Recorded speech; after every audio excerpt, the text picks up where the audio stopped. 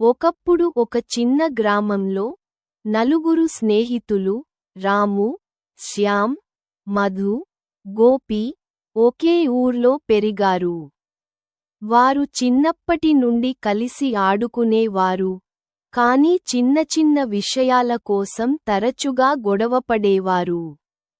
ఒక రోజు గ్రామంలోని బుద్ధిమంతుడైన ఒక తాత గారు వారికి ఒక పాఠం నేర్పించాలని అనుకున్నారు. ఆయన వారిని పిలిచి 4 కర్రలను తీసుకువచ్చి ఒక్కొక్కరికి ఒక్కొక్క కర్ర ఇచ్చారు. ఈ కర్రను విరిచేయండి అని చెప్పారు. అందరూ తేలికగా విరిచేశారు. తర్వాత మునిగారు 4 కర్రలను ఒకేసారి కట్టేసి అందించారు.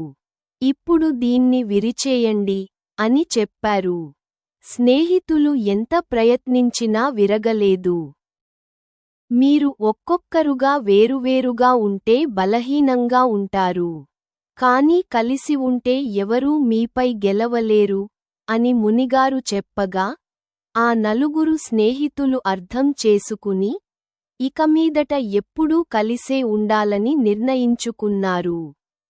నీతి: ఐక్యమే బలం. మనం కలిసికట్టుగా ఉంటే ఎలాంటి సమస్యనైనా ఎదుర్కొనగలం.